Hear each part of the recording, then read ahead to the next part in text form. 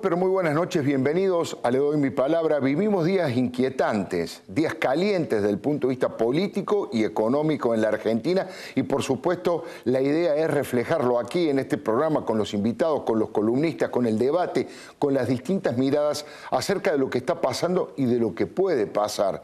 Por eso el Graf dice amenaza de default, que es el título de la columna editorial que en segunditos nomás le voy a plantear para que usted sepa qué estoy pensando de lo que está ocurriendo. Pero déjeme que presente a los columnistas del programa y los temas que van a desarrollar enseguida nomás.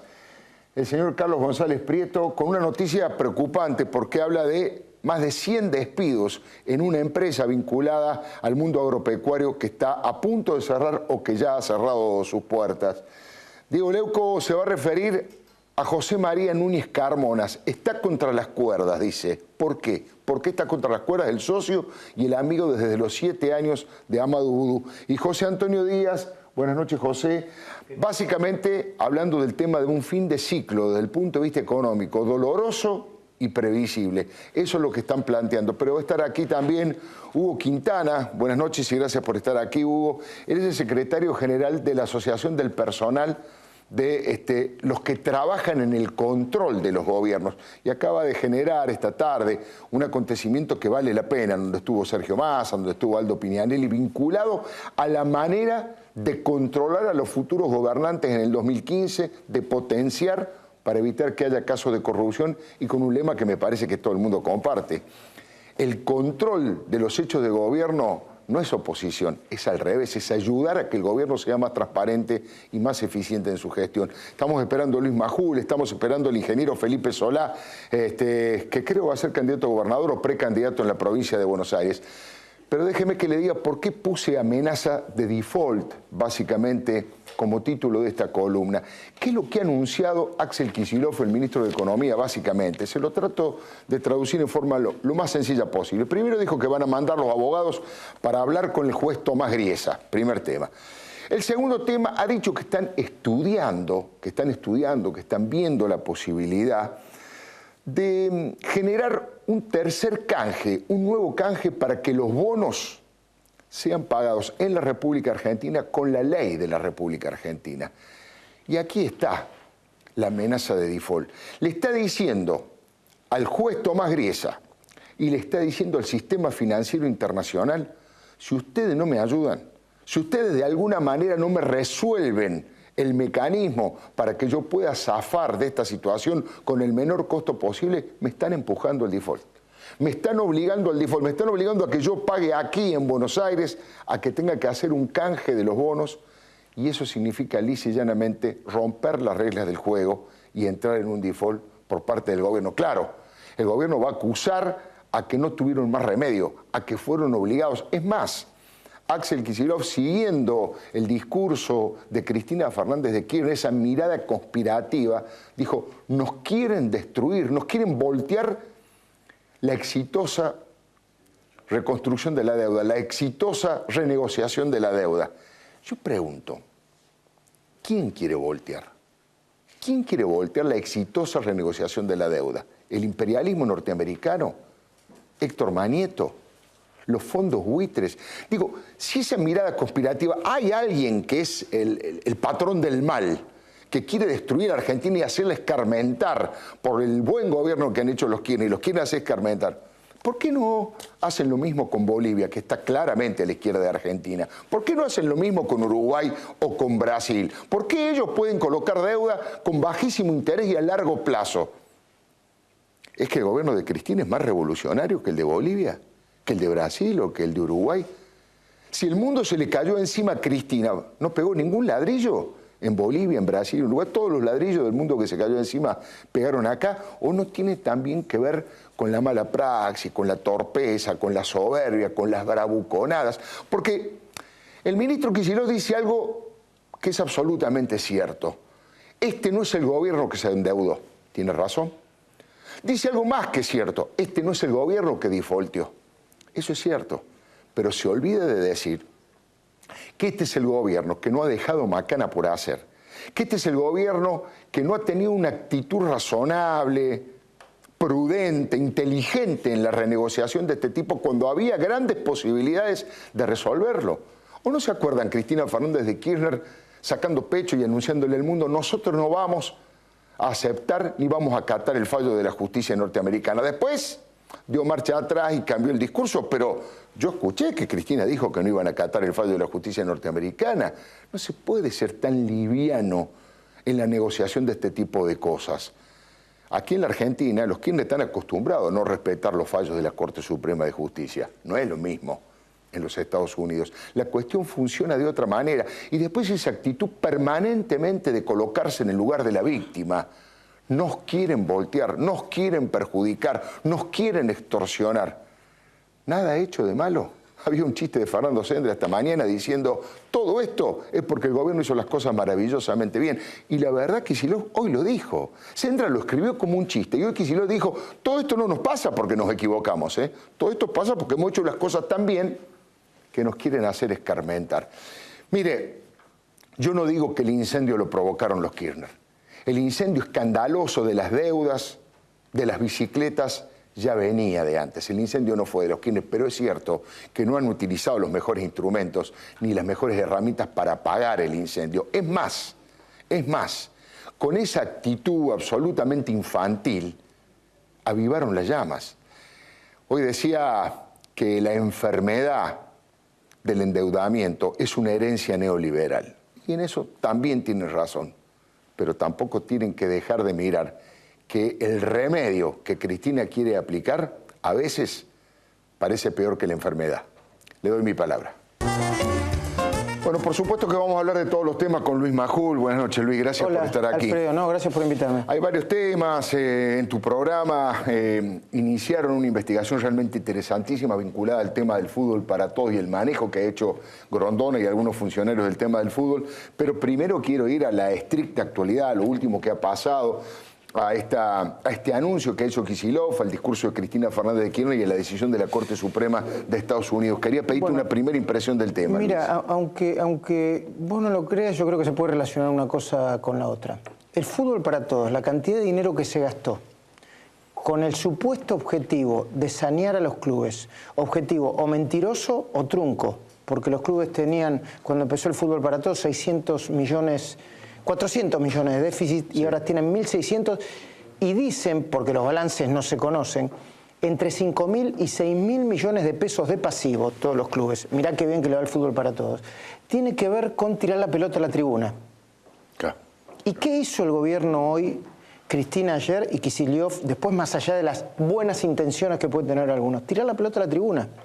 Recién conversábamos con José Antonio Díaz, que sabe mucho más que yo de economía, y yo le decía, bueno, esto es un virtual default. Y él me decía, no, tienes razón. El default es el default. Y si vos le vas a decir a unos acreedores que ya ganaron el juicio y que tienen todas las de la ley para cobrar lo que tienen que cobrar o para empezar a negociar lo que tienen que cobrar, que vos le vas a pagar en Buenos Aires, es o fútbol para la tribuna o discurso para la gilada, pero no tiene nada que ver con la realidad. Y de hecho, yo no quiero ser pájaro de mal agüero, pero hoy algunos expertos en economía estaban diciendo que mañana los mercados deberían acusar el golpe de lo que está pasando. Ahora, ¿es un problema demasiado complejo para entenderlo? No, no es demasiado complejo. ¿Es un problema de la gente? Va a ser un problema de la gente. Esto significa que cada vez va a haber menos crédito, que cada vez el poco crédito que haya para la Argentina y para los que no tengan un SOPE acá en la Argentina va a ser más caro o que no va a haber directamente, que va a haber menos empleo, más recesión, más caída de la actividad. Y de nuevo, lo que alimenta todo esto es un discurso confrontativo para la tribuna, para la gilada, que no le hace bien al país. Estuvieron ajustando desde principio de año, después de enero, que parecía que todo se caía abajo, devaluaron. Yo el otro día lo entrevisté a Kicillof. Y dentro de lo que quería demostrar, dijo, sí, nosotros también devaluamos. Dijo, una parte del mercado nos quiso hacer devaluar y nosotros tuvimos que devaluar para dejar el dólar a 8 pesos en ese momento. Mirá cuánto está ahora, 12 y pico. Bueno, yo creo que si no se empiezan a hacer las cosas seriamente, a ver, uno puede tomar el discurso de lo que le venga mejor. A mí me gustaría tomar la parte del discurso en donde Kicillof dice: ya instruí a los abogados y a los técnicos para que vayan a negociar con los acreedores delante del juez Griesa. Pero cuidado, que si al mismo tiempo anuncian que van a abrir una instancia para pagar acá, Griesa les va a decir: pero yo ya les dije que no. En agosto del año pasado Cristina hizo un discurso anunciando eso, y Griesa, después de oír el discurso, dijo: esto no se puede hacer, el fallo mío se los impide. Ahora, eso de que son buitres, son piratas, puede ser relativamente cierto. Ahora, cuando salieron a vender el bono, aceptaron que los juicios se hacían en New York. Y los acreedores, todos los acreedores, no solamente esto, aceptaron eso como instancia técnica y real. No se puede venir a decir: ahora no, te desconozco. Yo creo que hay que dejar el fútbol para la tribuna, que hay que dejar el futbolito para la tribuna. De verdad, se lo pidió toda la oposición, desde la izquierda hasta la derecha. Luis, te quiero pedir un segundito porque me dicen que está en línea José Ignacio de Mendiguren, en su doble condición. José Ignacio, buenas noches, gracias por atendernos. ¿Qué tal, Alfredo? ¿Cómo está usted? Buenas noches. Le decía, en su doble condición de diputado nacional por el Frente Renovador, pero también un hombre del mundo empresario de la Unión Industrial Argentina. Le quería pedir su primera reflexión después de los anuncios de Kicillof. ¿Qué piensa usted que puede pasar? ¿Cuál es el balance que usted hace de Mendiguren? Bueno, ha dicho dos cosas. Se van a pagar, se garantiza que se le va a pagar, a lo mejor con el cambio de jurisdicción, que se va a intentar mañana en el Congreso, a los que habían entrado en el canje de la deuda, y que iba a sentarse a negociar con los fondos buitres. La primera medida se tratará mañana. Yo creo que nosotros sería, a lo mejor hubiera sido bueno intentar acreedores tendrían ese cambio de jurisdicción, como decía recién Majul, para no volver a irritar, digo, a la justicia americana, porque decir esto es decir que no queremos cumplir el fallo. Y por otro lado, yo creo que la sensación que tengo es que el gobierno, en este caso, fue a Estados Unidos, digamos, con una política, con una visión política, y nos han contestado con una visión jurídica. Ahí hay una diferencia importante. Y bueno, como hoy tuvimos la reunión en la Unión Industrial Argentina, y sí, estamos preocupados. Está claro que había una tendencia de ir haciendo confluir la tasa de interés a la baja, la estabilidad del tipo de cambio, y sin embargo esto creo que nos va a complicar eso. Creo que la restricción externa puede profundizarse, porque a lo que se estaba aspirando era que se pudiera obtener de los mercados internacionales ese refuerzo de divisas que hoy la restricción externa hace que sobre las reservas se ejerza mucha presión. Así que creo que nosotros vamos a actuar con mucha. El Frente Renovador tiene una vocación, se ha dicho, de acompañar las decisiones necesarias para alcanzar una estabilidad económica del país, pero tenemos que transmitir calma y hay que actuar con mucho profesionalismo.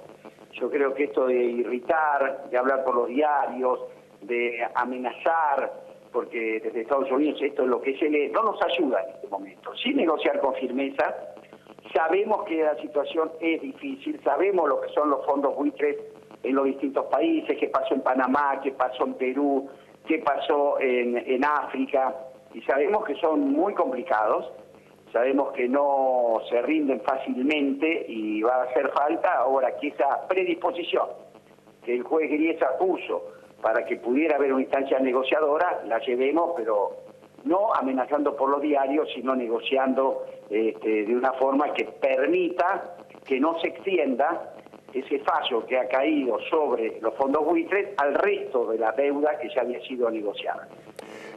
José Ignacio, la última pregunta, y le agradezco mucho que nos haya atendido. El hecho de que se cambie la jurisdicción o que se diga que se está estudiando el cambio de jurisdicción, ¿eso qué significa? ¿Eso ya es entrar en default? ¿Es cambiar las reglas del juego? No, en la medida que esto se pueda aceptar, sea aceptado, ¿no? Creo que no, esto no es así. Claro. El tema es si uno lo quisiera imponer. Por eso que creo que hubiera sido a lo mejor más prudente pedirle a los mismos acreedores que pidieran ellos ese cambio de jurisdicción, porque me parece que a todas luces los puede beneficiar.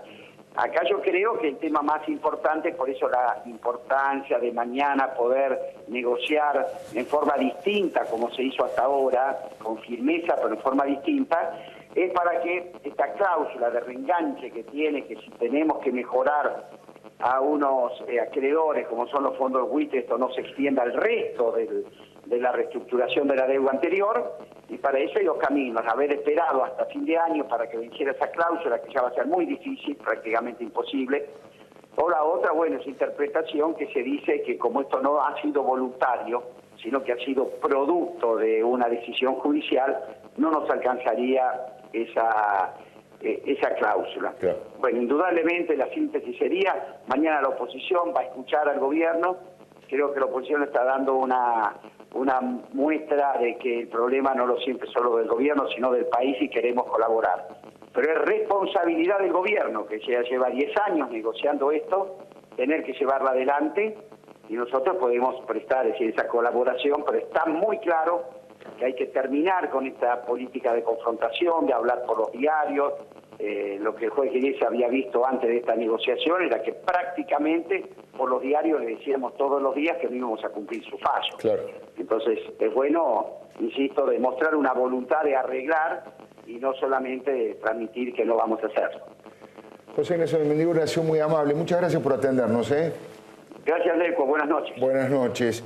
Bueno, una mirada interesante desde el punto de vista de la oposición. Mañana se reúnen con los presidentes de los bloques de todos los partidos políticos, y la idea, creo yo, es tratar de involucrar en todo este tema del Congreso de la Nación. ¿Debería involucrarse la oposición en esto? Más allá de que es un tema del país, un tema de la primero nación. Tiene que involucrarse. Mira, hoy estamos hablando con unos colegas y otros dirigentes, y ya que Felipe Solá está acá, está bueno que vos lo discutas con él. La oposición, a ver, Felipe Solá, Massa, Scioli, Macri, Elisa Carrió, Cobos, deben tener una mirada hacia el futuro, por eso se deben involucrar. O sea, tienen la obligación y la responsabilidad institucional de involucrarse, porque esto puede terminar muy mal, y yo no quiero ser pájaro de mal agüero. Ahora, una cosa es involucrarse. A mí lo que me da miedo de esto es esa foto. ¿Te acordás cuando llamaron a la oposición después de perder las elecciones en 2009? Y era un fiasco, era una engaña pichanga. Lo que a mí no me gustaría es que este lenguaje de fulbito para la tribuna, ya que estamos en el medio del Mundial, decían que no iba a pasar nada en el medio del Mundial, se equivocaron los muchachos, bueno, que sea negativa para la negociación.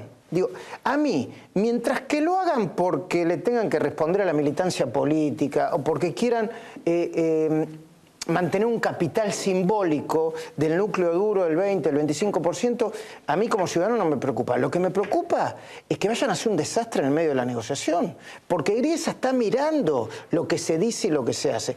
Obviamente debe estar muy al tanto de lo que acaba de decir Kicillof. Y a mí, que Griesa sea norteamericano, anti-latinoamericano, me importa poco. Es el juez que tiene que decidir sobre el futuro de la Argentina, que implica en la negociación 15.000 millones de dólares. No solamente el 8% que le queda, o el 7% que le queda a los fondos buitres.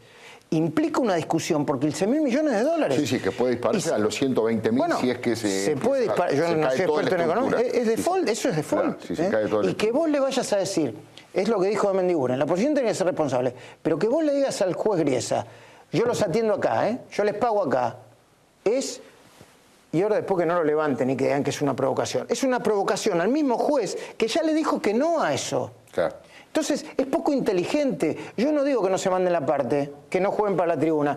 Digo, no sean ingenuos. Sean más inteligentes para negociar. Con fuerza, con firmeza, con todo lo que hay que negociar. Sin que le reconozcan la tasa de interés que quieren, sin que le reconozcan todo lo que... Pero sean inteligentes y siéntense a negociar con inteligencia. Luis, la última pregunta está vinculada con el tema vudú. ¿Qué crees que va a ser del futuro de vudú desde el punto de vista legal, desde el punto de vista político? Bueno, creo que ya está terminado como dirigente político, siempre es difícil decir eso. Mira, acá hay otro problema, acá hay una encrucijada muy seria. Yo sé que vudú ha dicho a quien quiera escucharlo, a mí de la cancha no me van a sacar. ¿Qué significa eso? Hay que interpretarlo vudú. Cuando dice a mí de la cancha no me van a sacar, porque le dice, bueno, Amado, si te piden la licencia, ¿vas a aceptar? A mí de la cancha no me van a sacar. Bueno, ¿y no te correspondría renunciar o pedir una licencia como hizo, o renunciar como hizo Felisa Micheli? A mí de la cancha no me van a sacar. A mí eso es señal amarilla. ¿Y por qué señal amarilla? Porque si no pasa nada raro, si uno sigue la actuación del hijo, que a cada personaje que le tomó indagatoria, luego lo procesó. Y si uno sigue el ritmo de procesar del propio Lijo, sí, yo no quiero exagerar, pero la semana que viene puede estar procesado. Tranquilamente. La semana que viene. Tranquilamente. Entonces, esto le hace más ruido a la economía y a la política del país. Y me parece que le hace mucho ruido. Ahora, ¿qué va a hacer la presidenta? No sé, yo decía hace poco que debe estar en una encrucijada, porque muchos le están diciendo, presidenta, no se puede sostener más esto. Y ella debe estar diciendo, como cuadro inteligente, político que es, pero si yo saco el tapón, se me inunda el barco, porque detrás de Vudú vienen por mí. ¿Y por qué vienen por mí? Porque en Comodoro Pi, que sigue el ritmo de la política, está empezando a oler debilidad, sí, seguro, debilidad política, síndrome del Pato Rengo. Y lo que se tuvo que aguantar algunos fiscales y algunos jueces de Comodoro Pi, que también tienen sus tiempos políticos, quizá los haga sobreactuar una dinámica de situaciones, de denuncias, muy propicias para este tiempo político. Por eso a mí me parece muy preocupante. Muchísimas gracias, Luis. Gracias a vos.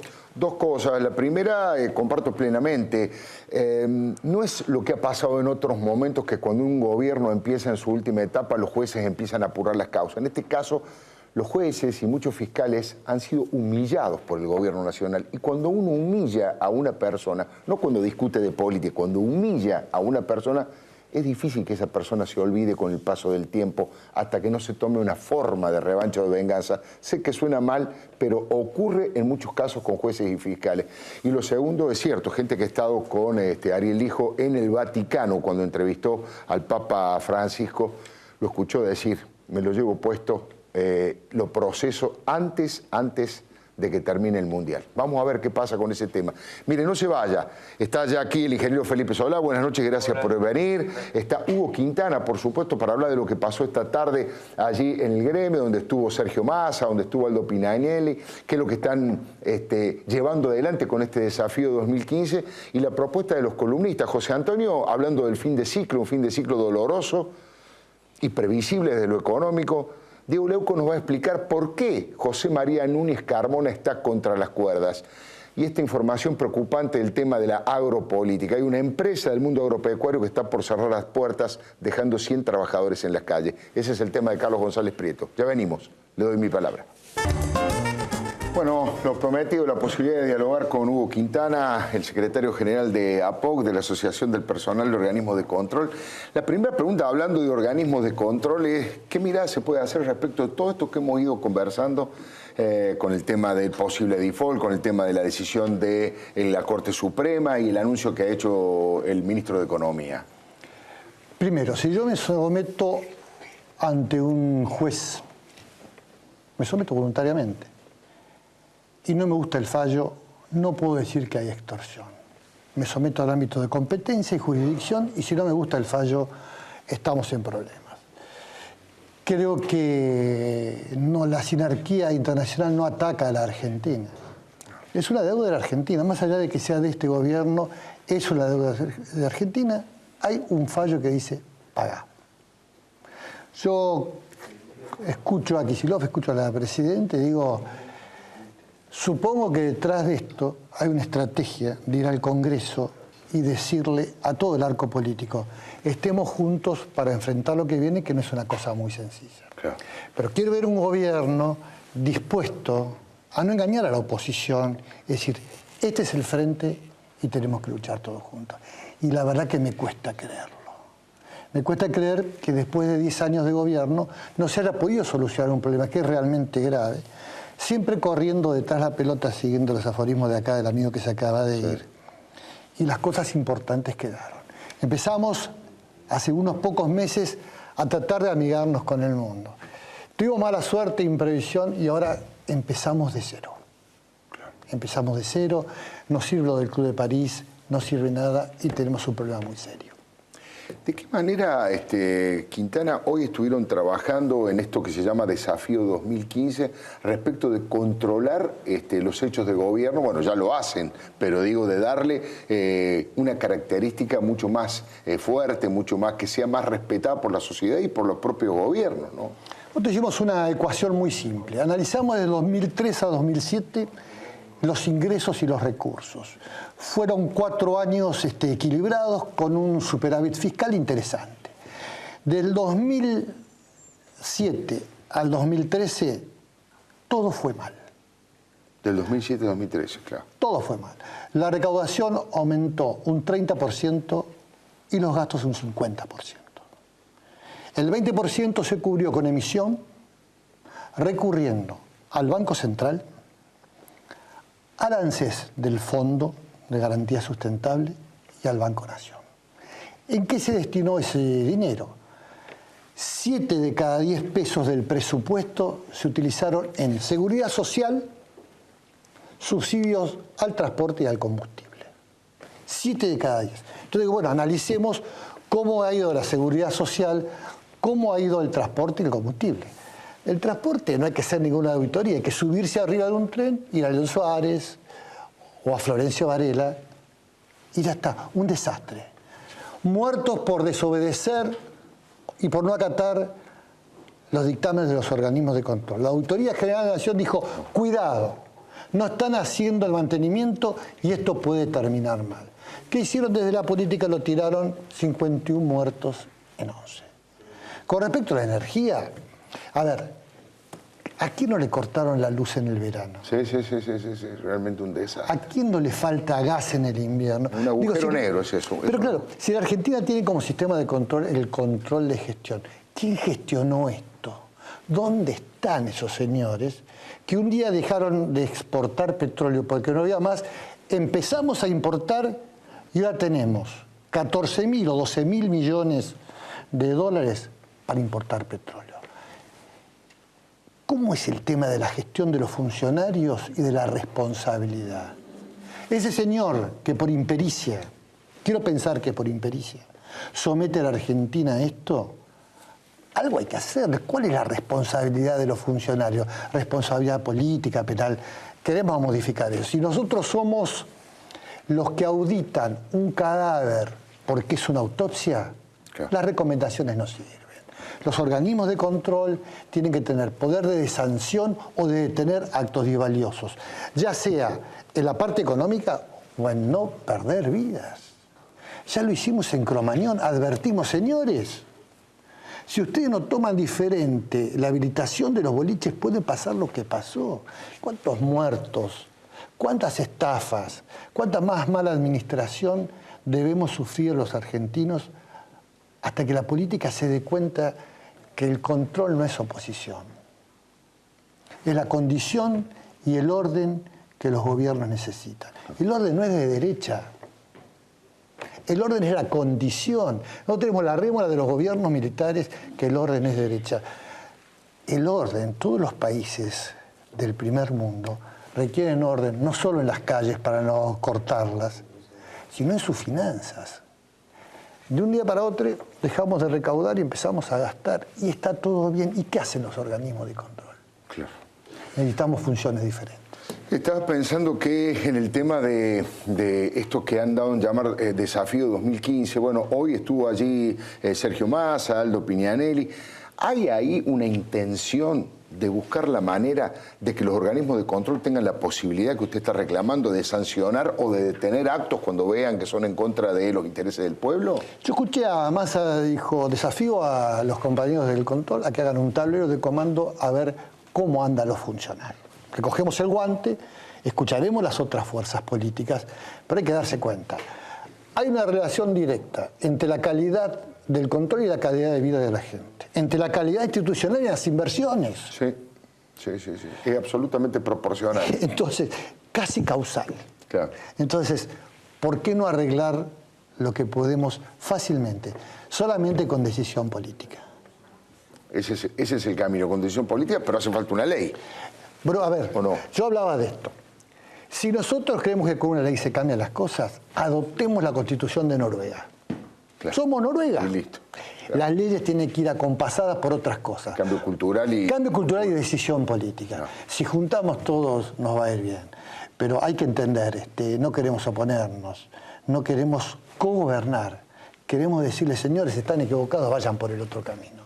Y si no nos obedecen, tener posibilidades de estar en la justicia como querellantes y exponer nuestras razones. Quintana ha sido muy amable, muchísimas gracias. Muchas gracias. José Antonio, hablando del tema de fin de ciclo, de lo que era bastante esperable y doloroso, ¿cómo es eso? La verdad que nada de lo que pasa con la economía estaba fuera de los cálculos. Claro. De alguna manera, las estadísticas más o menos confiables fueron confirmando algunas previsiones. Eso no quiere decir alegrarse por este fracaso del gobierno, sino todo lo contrario. Es bastante doloroso que este fin de ciclo tenga este remate del fallo del juez Griesa, ¿no? Pero lo cierto es que hasta ese momento, hasta que la Corte Suprema de Justicia de alguna manera resolvió abandonar a la Argentina, nosotros tenemos una proyección de PBI negativo para este año, 2 o 3%. Algunos dicen que el efecto buitres nos va a dejar un PBI negativo de 4 o más. Una inflación que no baja de 35 o 37%, eso es lo que va a haber a fin de año. El poder de compra ya perdió 10%, el poder 10%. De compra del salario medio, 10%. Es decir, sabemos ahora que el gobierno deja un país empobrecido y con recursos estancados. Prácticamente, porque no hay inversión, porque se ha caído la actividad, porque no hay desarrollo del empleo. Entonces, el fallo en realidad viene a consolidar lo peor de los desajustes que tenía la economía. Lo subraya. Lo subraya.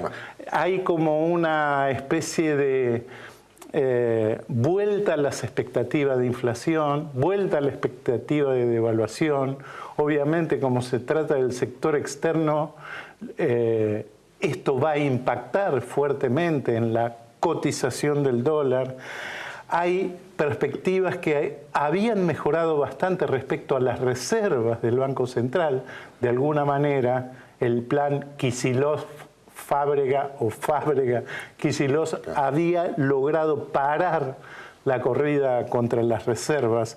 Ahora hay dudas de que se puedan seguir recuperando. ¿Cuál es la única salida? Porque es una situación bastante dramática y esto sí, no querido, porque la verdad que es un fallo injusto, bastante a contramano. Incluso con alguna terminología hasta vengativa. Exactamente. Una cosa insólita, yo creo que hay bastante de eso. Sí. La única salida, de todas maneras, es intentar participar de una negociación en el despacho del juez Griesa, que aparentemente está convocando a las partes a negociar, incluso a discutir algunas formas de pago que pueden ser, no digo beneficiosas porque ninguna es beneficiosa, pero no de alguna manera bonos a 10, 20, 30 años, el esquema YPF, el esquema de la indemnización a Repsol podría ser una especie de salida. Ahora, es lo único prácticamente que nos queda, porque todas las demás decisiones o lo que proponían en un primer momento algunos sectores del gobierno, defoltear toda la deuda, la de los fondos buitres y la de la deuda reestructurada. Hoy al mediodía decían eso, que iban a defoltear todo. Era una de las tesis, por lo menos que hasta la reunión de Cristina con Kicillof y Fábrega se manejaba, o la que parece insinuar ahora Kicillof, es decir, cambiar el domicilio de pago, volver a hacer un canje, lograr una mayoría aplastante, eso es lo que necesitan para pagar en Buenos Aires y no en Nueva York. Esto puede ser interpretado de distintas maneras por los fondos que han participado de la reestructuración, a quienes la verdad se les ha cumplido. No hubo ningún incumplimiento en los pagos de todos estos años. Entonces puede ser que logren cierto consenso. No creo que el consenso necesario. Así que es una salida muy problemática que puede desembocar en un default. Al gobierno le gusta decir esto porque viene amenazando hace mucho, ¿no? Dice, si pago en Nueva York, me embargan. Si no pago en Nueva York claro, y les pago a los otros, me piden 15.000 millones, claro, no 1.500 millones. Un poco es así, pero lo cierto es que llegamos a esta situación por impericia, yo creo que por bastante irresponsabilidad. Y lo peor es que tenemos que soportar todavía el discurso político que pretende justificar esas inconsistencias, digamos. José Antonio Díaz, con toda la información puesta en contexto para que usted saque sus propias conclusiones. No se vaya, Carlos González Prieto nos va a contar cuál es la empresa, qué está pasando por este problema realmente grave que va a dejar alrededor de un centenar de trabajadores en la calle. Diego Leuco, ¿y por qué está José María Núñez Carmona contra las cuerdas? Y por supuesto la posibilidad de conversar tranquilo de todos estos temas con el ingeniero Felipe Solá, diputado nacional por el Frente Renovador y, abro signo de pregunta, candidato a gobernador. En un ratito, ya venimos, le doy mi palabra. Bueno, una noticia preocupante, una mala noticia, pero las noticias hay que darlas, no hay que ocultar la realidad. Carlos González Prieto, buenas noches. ¿Qué tal, Alfredo? Buenas noches. Sí, una noticia que se suma a tantas que vienen surgiendo en el complejo agroindustrial producto de esta crisis que se está viviendo en el interior. Lo hemos dicho en este espacio. Seguro. Después de la crisis del 2001, la recuperación de la economía vino de alguna manera del interior a las grandes ciudades. Y ahora uno tiene la sensación que el parate, que la crisis está también surgiendo en el interior y llegando paulatinamente a Buenos Aires. Algunos indicadores: maquinaria agrícola, 50% de capacidad ociosa, no lo digo yo, lo dice el presidente de CAFMA. Industria frigorífica, sí, miles de trabajadores con peligro de perder sus puestos de trabajo, algunos que lo han perdido también. Y en el ranking internacional, bueno, Argentina pasó de los primeros lugares al último como exportador mundial de carne. Sigue la saga lechería, los productores tamberos fundidos y la industria también fundida. Sancor presentó quebranto por 300 millones de pesos, la Serenísima acaba de presentar quebrantos por 160 millones de pesos y los supermercados los grandes ganadores de la película. Pero vamos a la primicia esta, una nueva industria que se suma a la crisis. Acaba de cerrar en General Villegas, en la provincia de Buenos Aires, una planta de aceite de girasol, que procesa girasol y lo transforma en aceite. 100 familias que pierden directamente su fuente de trabajo. Esto va a ser noticia seguramente en los próximos días. Estamos hablando de una planta propiedad de la firma Glencore, un gigante internacional. Y lo terrible es que cuando uno se pregunta, ¿esto pasa de un día para otro? No pasa de un día para otro. Le agradecemos a Luis Arias que nos pasó los datos. Fue la peor campaña en 40 años de girasol en la República Argentina. 30% de retenciones a las semillas, 32% de retenciones a los aceites. Se agudiza el problema, se deja de sembrar, las plantas paran. Y me voy con un datito de la década ganada, como le dice Cristina. Año 2002, Argentina tenía el 53% del negocio de aceite de girasol en el mundo. Era el exportador número 1 del mundo.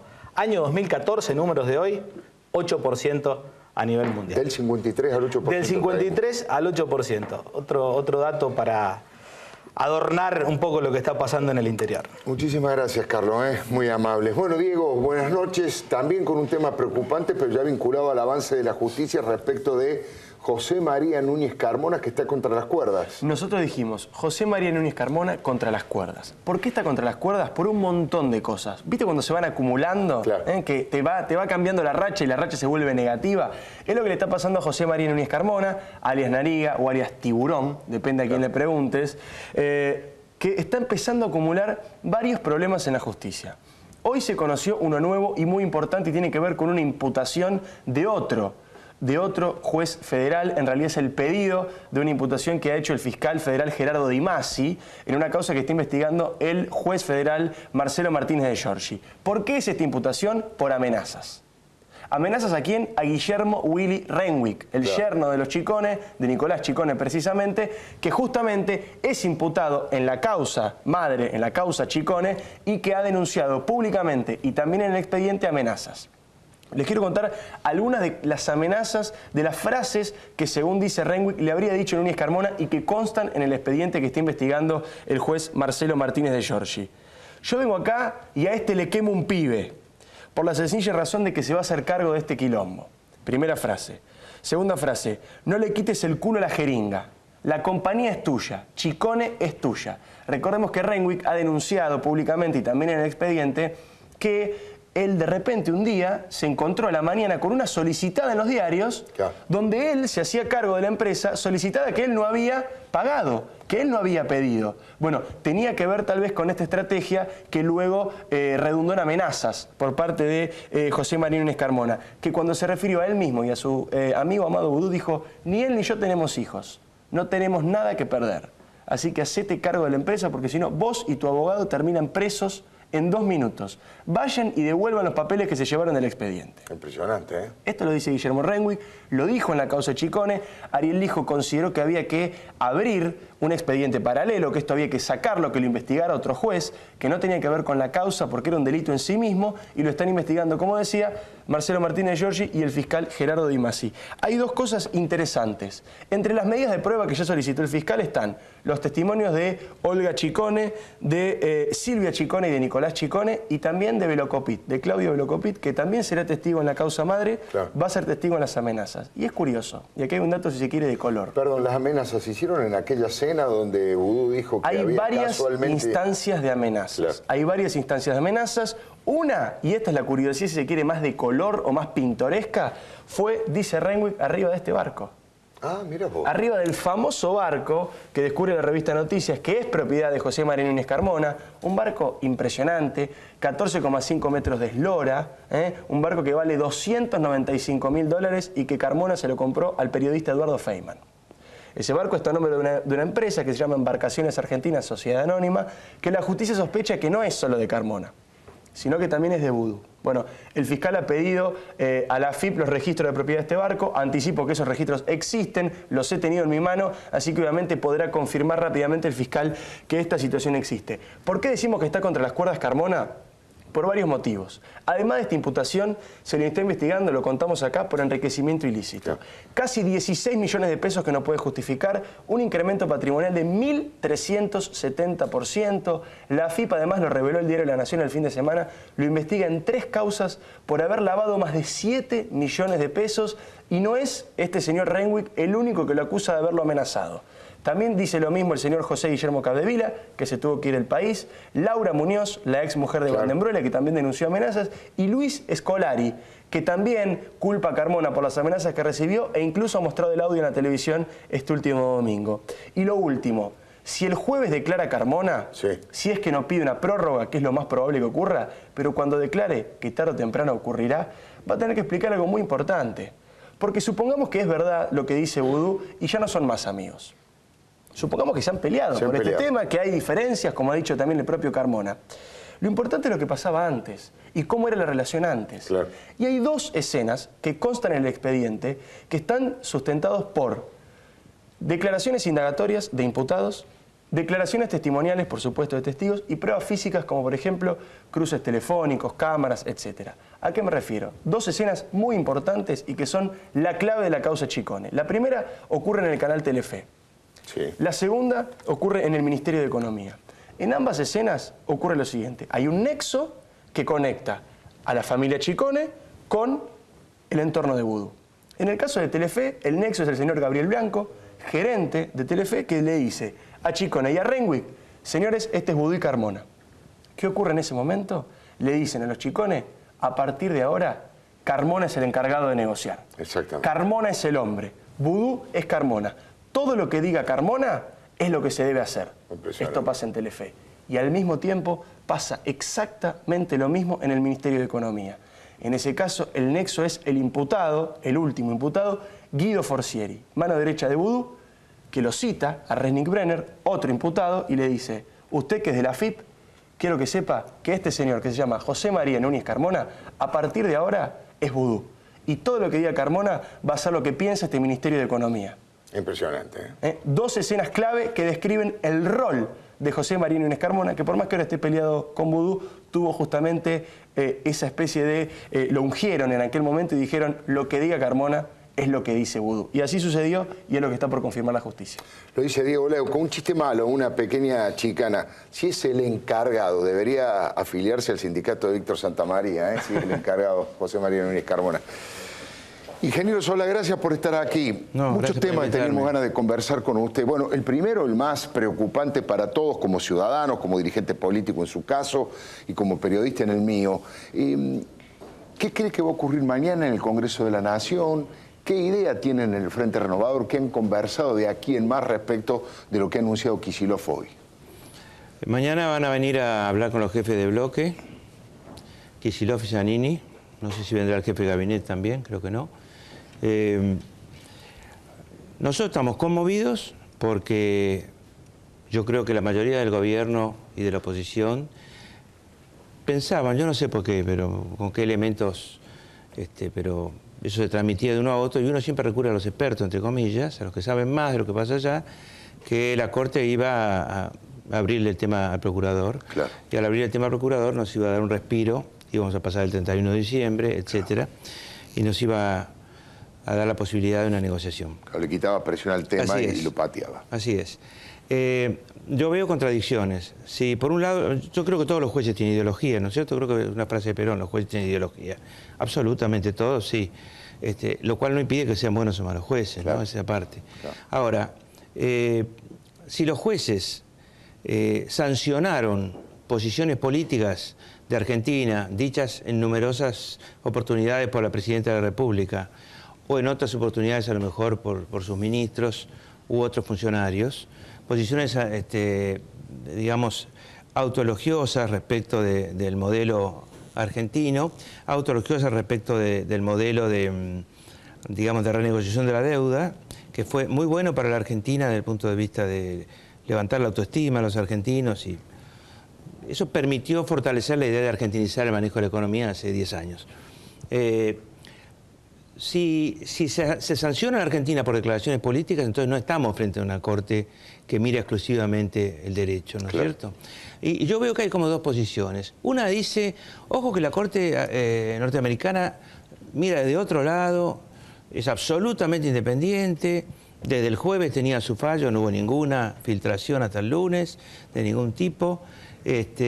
Ojo que no les importó la presión que pudo haber hecho el gobierno de Estados Unidos, ni la del Fondo Monetario, ¿no es cierto?, ni la del Banco Mundial, ni la de Francia, ni de otros países que acompañaron a Argentina, o los 77 y varios más. México. O los parlamentarios ingleses, por ejemplo. Los parlamentarios ingleses, que un grupo se presentó, etc. No les importó. Entonces, ¿cuál es la verdad? No lo sabremos. Si hay sanción a la Argentina o no hay sanción, no lo sabemos. Lo que sí sabemos es que el fallo de la Corte, atendiendo a derecho o no, no soy abogado, produce un enorme descalabro para millones de personas. Un enorme descalabro futuro. ¿Por qué enorme? Porque la quiebra de esperanzas en el crecimiento de Argentina, en salir de esta situación, en bajar la inflación, en que haya inversión, en que tengamos un crecimiento con empleo, en poder mejorar socialmente la situación de una pobreza que no parece ceder, etcétera, esa quiebra de esperanzas es grave, muy grave, ¿no? Yo no digo que nuestras esperanzas estén destruidas, lo que digo es que aparece un escollo enorme y que detrás de un fallo así hay personas, millones de personas de carne y hueso. Y ha aparecido otra voz en el mundo muy fuerte que habla de finanzas y personas, finanzas y pobres, finanzas y excluidos, finanzas y descartes, ancianos, como dice esa voz, que es la de Francisco. Francisco hoy, a la mañana, abrió una convención de tipo financiero que tiene relación con lo religioso, hablando de la inversión hacia los pobres, y dijo que si el mundo financiero no puede seguir así, no puede seguir contra los pueblos, eso es una realidad. Sí. Más allá de las bravatas y las torpezas. El septiembre del año pasado, Alfredo, nosotros votamos, porque el gobierno lo pidió y la oposición lo acompañó. Creo que todos, no me acuerdo ahora cómo fue la votación, sí, pero hoy pedí, hasta mis palabras pedí ese día, porque uno se olvida de cosas que hay. Sí, claro. Votamos la suspensión de la ley Cerrojo. Sí. La ley Cerrojo, ¿te acordás lo que era? Sí. Se lo podés explicar vos mejor que yo a la gente, pero la ley Cerrojo, dicen ahora, cierto que con el diario El Lunes fue uno de los grandes errores históricos, es una ley de 2005. Sí. La idea de, hicimos un canje, hicimos una enorme quita, aceptó el 93%, está cerrado el tema, fue la idea equivocada, no estaba cerrado el tema técnicamente. Ni siquiera estaba cerrado, no porque quedara un 7%, sino porque quedaba un ínfimo porcentaje, que sea menor que el 1%. Fue una trampa para el propio gobierno. Claro, que opera más allá de cualquier interés nacional, ¿no es cierto? Y que no ha tenido que sujetarse a una nueva arquitectura financiera legal que piden los países, pero no hacen los países. Que salió con motivo del default de Grecia, que salió con motivo de la situación de muchos países europeos, como el desastre económico que ha tenido en relación a lo que esperaba España, Portugal, en muy mala situación Italia, sin crecimiento importante Francia. Entonces empezaron a dudar sobre esas rigideces de los bancos centrales y de los organismos multilaterales de crédito. Ahora aparece una rigidez desde el punto de vista judicial que no tiene, que implica que no se ha preparado una arquitectura diferente para los países con problemas. Los países son personas, Alfredo, son personas, son vidas, son bebés, son criaturas desnutridas como en Tucumán, son cosas palpables. La idea de que se ha sancionado acá un gobierno es una idea equivocada. Acá el gobierno se puede haber equivocado, yo creo que se ha equivocado y mucho. Y leí mis palabras de septiembre y ahí yo decía, ¿por qué no explican por qué tenemos que llegar a esto? ¿Por qué no explican por qué hay que abrir la válvula rojo? ¿Por qué no explican que ningún fondo, por qué no dicen la verdad, ningún fondo buitre se va a tener a una nueva negociación? En septiembre.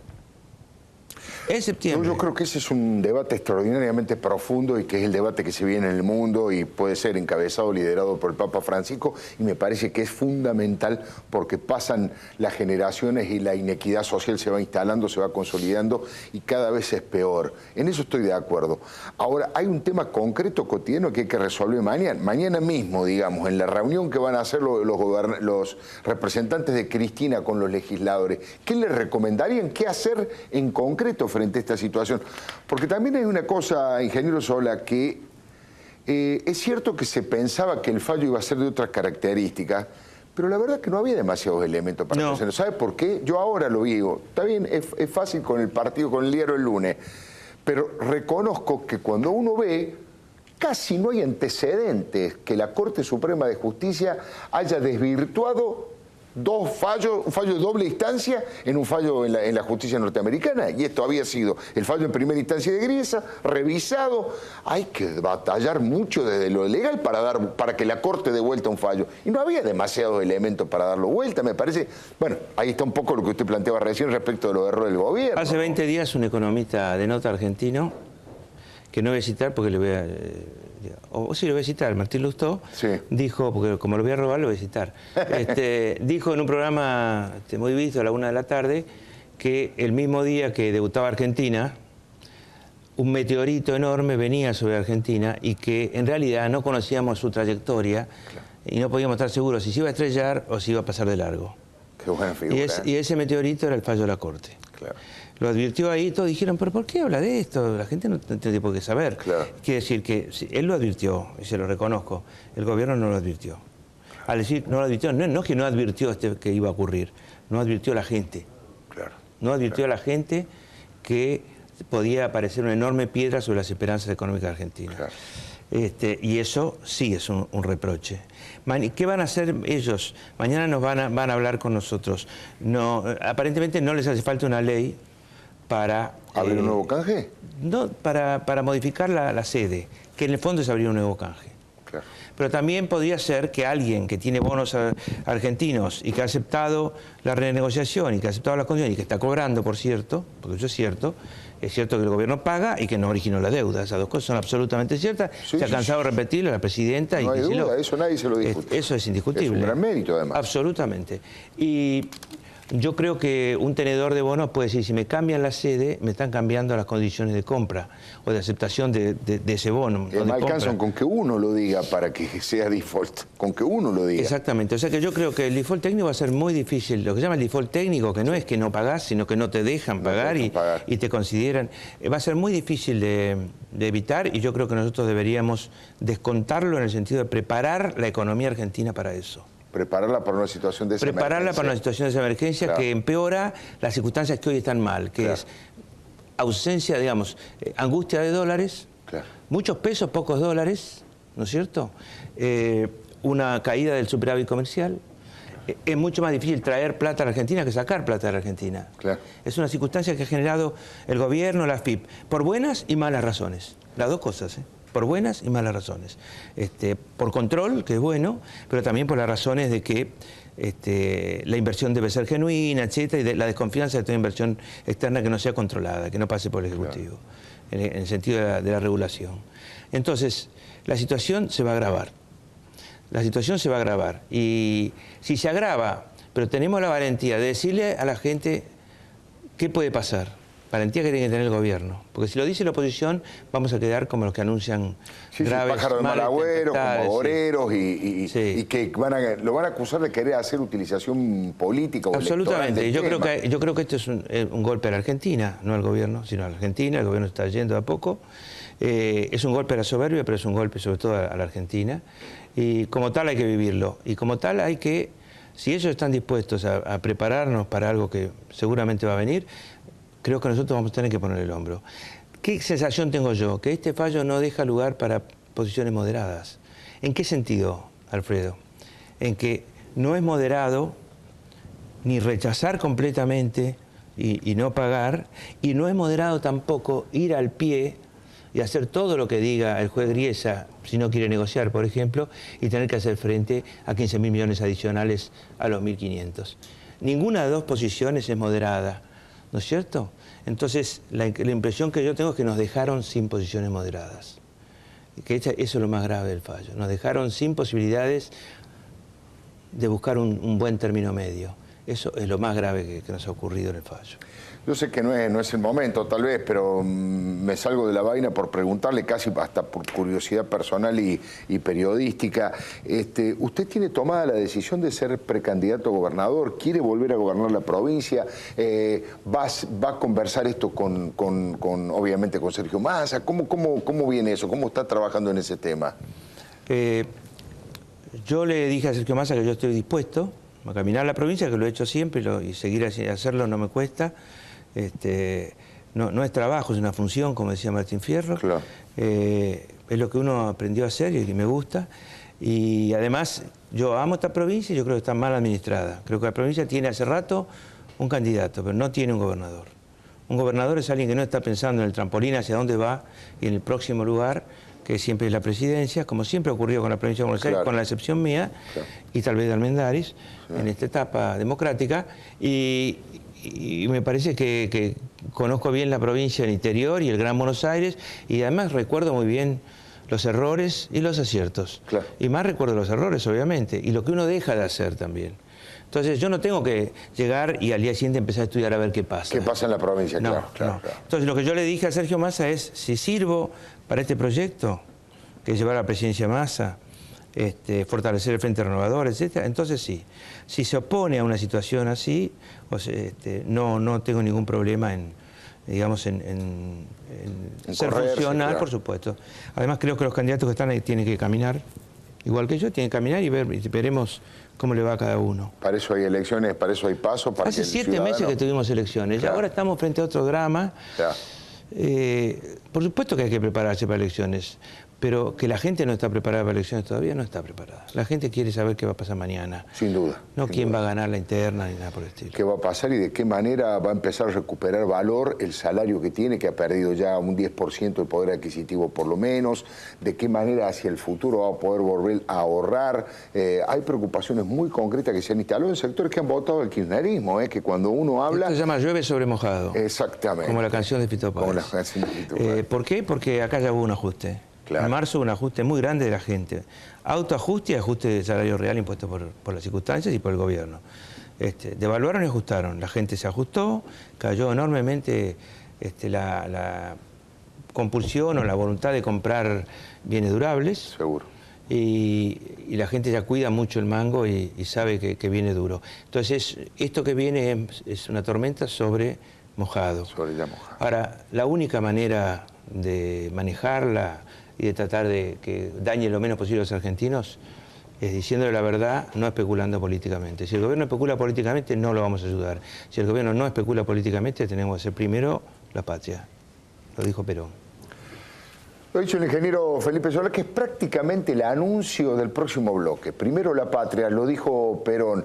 Si especula el gobierno políticamente, no lo vamos a ayudar. Si realmente tiene una actitud razonable, estratégica y responsable, la oposición tiene que estar ahí ayudando. De ese tema vamos a conversar, vamos a discutir, vamos a polemizar aquí en instantes con Diego Leuco y con José Antonio Díaz. Y les recomiendo un pequeño videíto, porque hoy, en estos últimos días, en estas últimas horas, ayer en su discurso, Cristina ha prácticamente denostado a Domingo Cavallo, y el archivo es tremendo, el archivo. Le voy a mostrar cómo Cristina, hablando conmigo en un reportaje en el año 2000, habla muy bien de Domingo Felipe Cavallo, pero en instante, no se vaya, le doy mi palabra. Bueno, lo prometido, dentro de toda esta maraña compleja, realmente preocupante, recién lo planteaba el ingeniero Felipe Solá, hay una discusión política, también una discusión político-ideológica.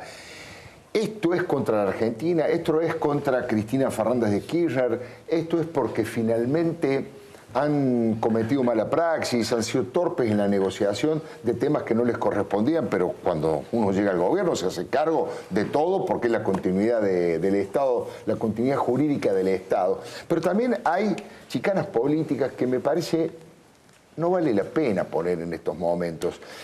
La propia Cristina Fernández de Kirchner, en el discurso que hizo, en la historia que hizo respecto de la deuda, fue realmente durísima con Domingo Felipe Cavallo.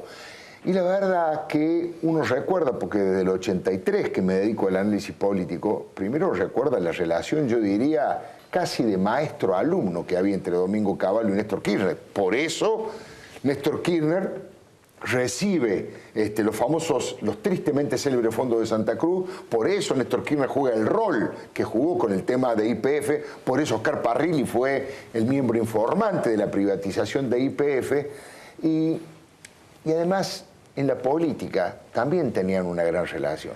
Fíjese lo que la actual presidenta decía en el año 2000, en el marzo del 2000, había internas en el Partido Justicialista de la Capital Federal. Había 3 listas: Gustavo Vélez, la actriz Irma Roy y Domingo Felipe Cavallo. Yo le pregunté a Cristina, si usted tuviese que votar en el distrito, en el PJ Capital, ¿a quién votaría Cristina?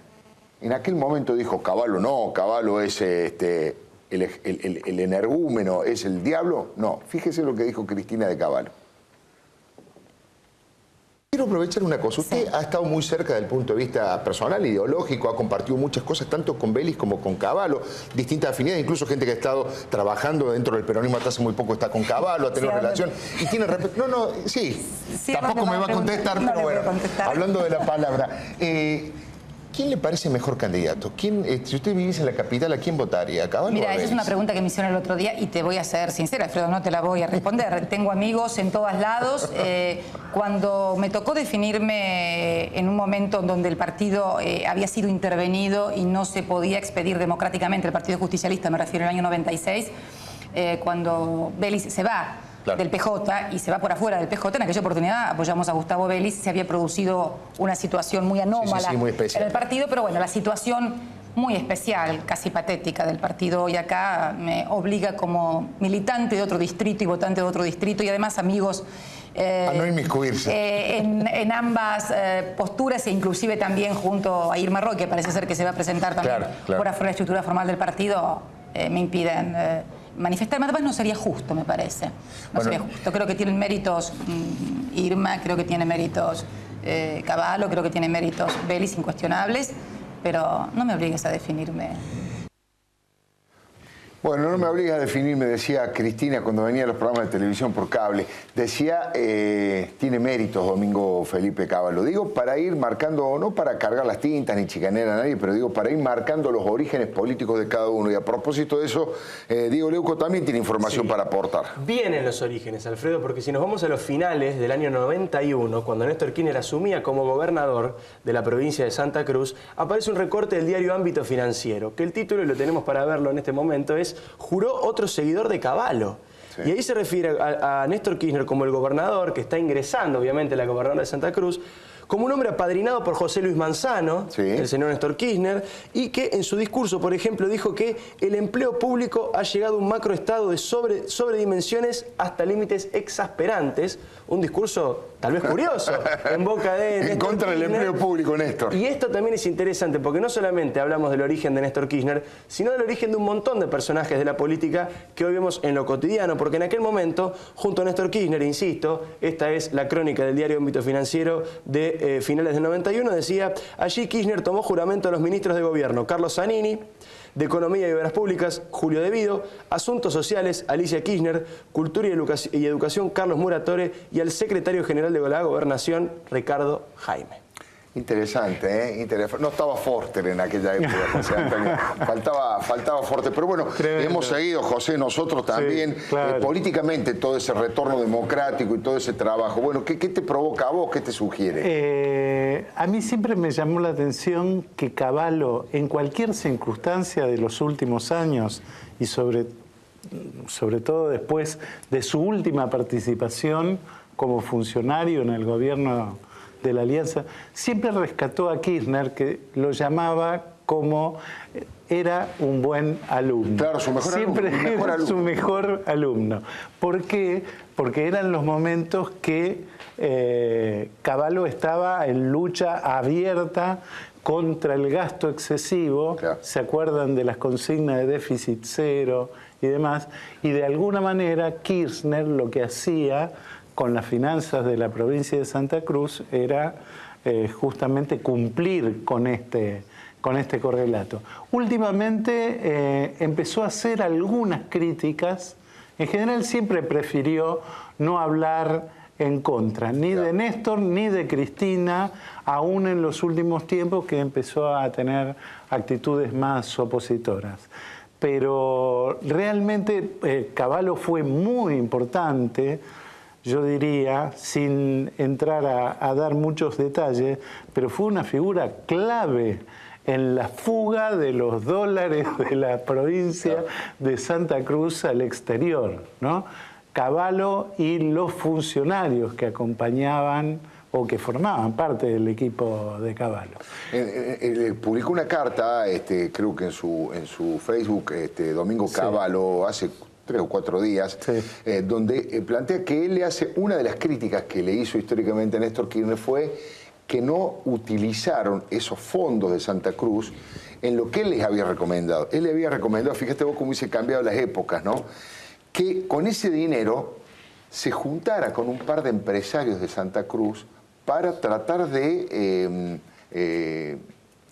meterse de lleno en el tema YPF, que YPF fuera provincial o que hiciera algún tipo de alianza entre empresarios nacionales, fíjate vos, Cavallo, empresarios nacionales más 2 o 3 provincias para tener el manejo absoluto del 100% de YPF. Y que esa era la crítica que él le hacía, que no había seguido ese camino y que finalmente esos fondos se habían evaporado. Bueno, no sé si recordás, Alfredo, que Kirchner en reuniones bastante públicas delante de empresarios les decía que había que invertir en energía, en minería, y tenían que ser empresarios nacionales para formar un bloque en donde no tuviera cabida el capital internacional, justamente, que eran los grandes inversores, los que tenían espalda, sino hacer como un pool de grandes empresas nacionales que de alguna manera fueran por las riquezas estratégicas de la Argentina. Un pensamiento más bien desarrollista que Cavallo lo supo utilizar muy bien y que de algún modo él mismo reivindica, el propio Cavallo reivindica, ¿no? Pero bueno, ahora aparecen cosas media insólitas, porque estamos en un contexto de polémicas y de disfunciones ideológicas incomparable con aquellos tiempos, ¿no? Sí, además en los tiempos de la tecnología, en los tiempos de los archivos, donde uno puede recurrir a un diario de otra época, donde uno puede recurrir a un video, donde uno puede recuperar declaraciones, siempre es difícil renegar de algunas cosas que se dijeron. Uno puede equivocarse en la vida, de hecho todos nosotros nos equivocamos, por eso somos humanos, pero levantar el dedito criticando algo que se apoyó, bueno, no suena del todo leal con la propia historia de cada uno. Estamos llegando al final de este programa. Yo le estoy recomendando que se quede aquí en Canal 26. Ahora viene Cecilia Lucía Puig y el programa Líderes. Generalmente es importante y es positivo asistir a los reportajes y a la presentación que hace Cecilia Lucía Puig aquí en el Canal 26. Lo espero el próximo martes. Estamos viviendo días especiales desde el punto de vista político y económico y espero que este programa haya servido para que usted vaya tomando sus propias decisiones y haciéndose una suerte de, bueno, de escenario futuro para ir viendo de qué manera se va posicionando. Le doy mi palabra y lo espero el próximo martes.